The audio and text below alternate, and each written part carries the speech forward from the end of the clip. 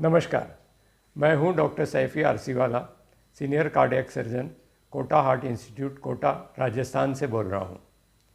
आज हम इस वीडियो में हार्ट फेलियर के बारे में चर्चा करेंगे। हार्ट के दो साइड्स होते हैं, एक राइट साइड होता है और एक लेफ़्ट साइड होता है। हार्ट फेलियर भी दो तरीके का हो सकता है, राइट साइडेड हार्ट फेलियर और लेफ़्ट साइडेड हार्ट फेलियर। आमतौर पे जब हम हार्ट फेलियर की बात करते हैं तो वो लेफ़्ट साइडेड हार्ट फेलियर ही कहते हैं। राइट साइडेड हार्ट फेलियर का मैं दूसरे भाग में डिस्कस करूँगा कि वो किस वजह से होता है और उसकी ट्रीटमेंट क्या होती है। इस वीडियो में हम लेफ़्ट हार्ट फेलियर से सीमित रहेंगे। लेफ़्ट हार्ट फेलियर की चर्चा हम 4 हिस्सों में करेंगे। पहला, उसकी ग्रेडिंग यानी कि सीवियरिटी कितनी है। दूसरा, हार्ट का पंपिंग फंक्शन कैसा है।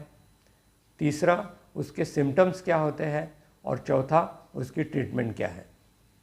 सबसे पहले लेफ़्ट हार्ट फेलियर की ग्रेडिंग क्या है। उसे 4 ग्रेड्स में डिवाइड किया गया है और जब मैं सिम्टम्स पे आऊँगा तो उसके बारे में बताऊँगा। ग्रेड 1, ग्रेड 2, ग्रेड 3 और ग्रेड 4।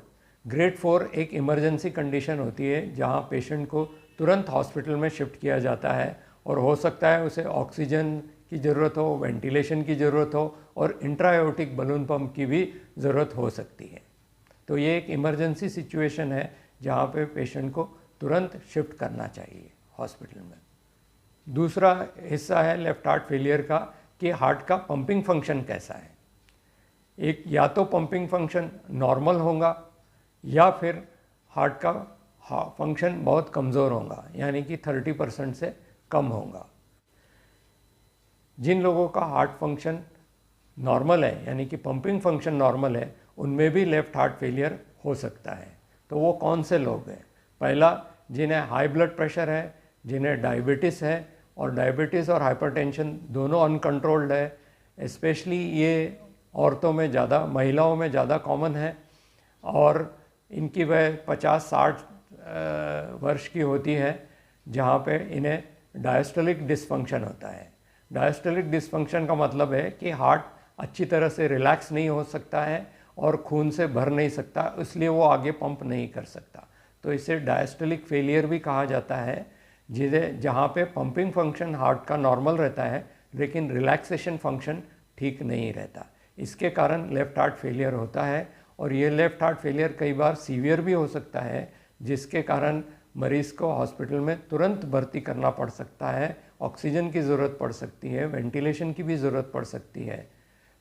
ये भी एक इमरजेंसी कंडीशन है अगर ये ग्रेड 4 में चला जाता है। तो आमतौर पे हार्ट कमज़ोर हार्ट अटैक के कारण होता है या फिर कार्डियोमायोपैथी के कारण होता है।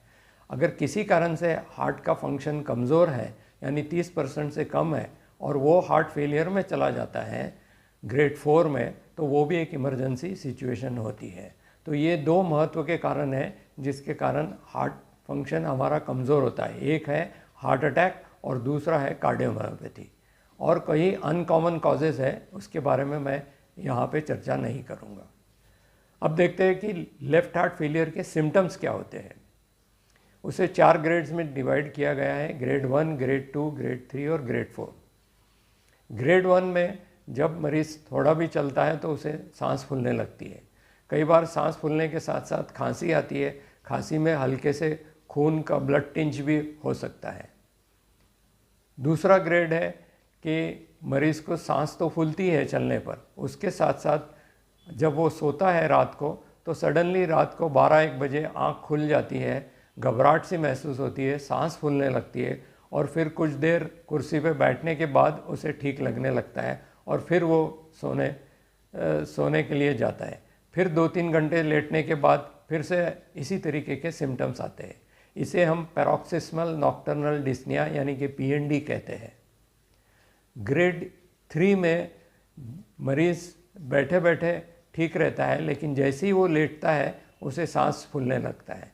तो लेटने पे अगर सांस फूलता है तो ये ग्रेड 3 हार्ट फेलियर माना जाता है। ग्रेड 4 हार्ट फेलियर, जैसे कि मैंने पहले बताया, एक इमरजेंसी सिचुएशन है जहाँ के मरीज़ को सांस फूलने लगता है चाहे वो कुछ भी करे, और सांस इतना फूलता है ऑक्सीजन सैचुरेशन कम हो जाता है, 90% से कम होता है और उसे तुरंत हॉस्पिटल में ले जाना चाहिए। हॉस्पिटल में हो सकता है उसे ऑक्सीजन की ज़रूरत पड़े, वेंटिलेशन की ज़रूरत पड़े और इंट्राएओर्टिक बलून पंप की भी ज़रूरत पड़ सकती है हार्ट को सपोर्ट करने के लिए। लेफ़्ट साइडेड हार्ट फेलियर का ट्रीटमेंट क्या है? जैसे कि मैंने पहला, अगर पेशेंट का हार्ट पंपिंग नॉर्मल है और उसे हार्ट फेलियर होता है तो उसका मतलब ये है कि उसका ब्लड प्रेशर और डायबिटीज़ दोनों अनकंट्रोल्ड है, उनका वज़न ज़्यादा है, तो उन्हें लाइफस्टाइल डिजीज़ पे ध्यान देना चाहिए। अपना ब्लड प्रेशर सही तरीके से कंट्रोल करना चाहिए, अपना डायबिटीज़ कंट्रोल में रखना चाहिए, अपना वेट कम करने की कोशिश करनी चाहिए। सो इस तरीके से साथ साथ में दवाइयाँ लेना ज़रूरी होता है और दवाइयाँ भी शुरू करनी चाहिए जिससे ये हार्ट फेलियर कंट्रोल में रहे। अगर ग्रेड 4 में चले जाते हैं तो वो एक इमरजेंसी सिचुएशन होती है और उसकी इमरजेंसी ट्रीटमेंट दी जाती है।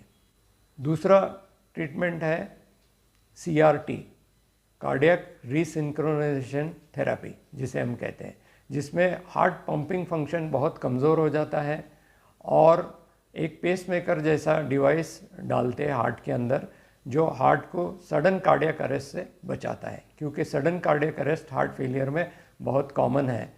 इसलिए ये CRT डिवाइस डाला जाता है जिनका हार्ट पंपिंग फंक्शन बहुत कमज़ोर हो, 20% से कम हो। तीसरा ट्रीटमेंट है, अगर ये मेडिकल ट्रीटमेंट से ठीक नहीं होता, CRT से भी ठीक नहीं होता, तो लास्ट ट्रीटमेंट है हार्ट ट्रांसप्लांटेशन।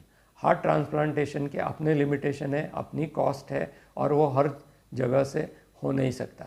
इसलिए हमें हार्ट फेलियर को प्रिवेंट करना बहुत ज़रूरी है।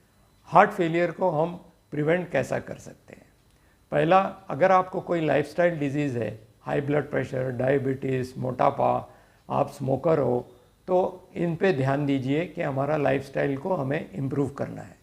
दूसरा, हार्ट अटैक से हमें बच के रहना है। अगर हार्ट की बीमारी है फिर भी हमें हार्ट अटैक से बच के रहना है जिससे हमारा पंपिंग फंक्शन कमज़ोर ना हो। और अगर पंपिंग फंक्शन कमज़ोर हो भी जाता है तो हमें समय सर हमें दवाई लेनी चाहिए, हमें ध्यान रखना चाहिए कि हमारा सांस ना फूले, उसके लिए दवाइयाँ लेनी चाहिए और डॉक्टर की सलाह टाइम से लेनी चाहिए। हाई ब्लड प्रेशर, डायबिटीज़, मोटापा, लाइफस्टाइल डिजीज़ सारी कंट्रोल में रखनी चाहिए। इस तरीके से हम हमारा हार्ट फेलियर को प्रिवेंट कुछ हद तक कर सकते हैं। इसी के साथ आज का वीडियो समाप्त करता हूँ। धन्यवाद। जय हिंद।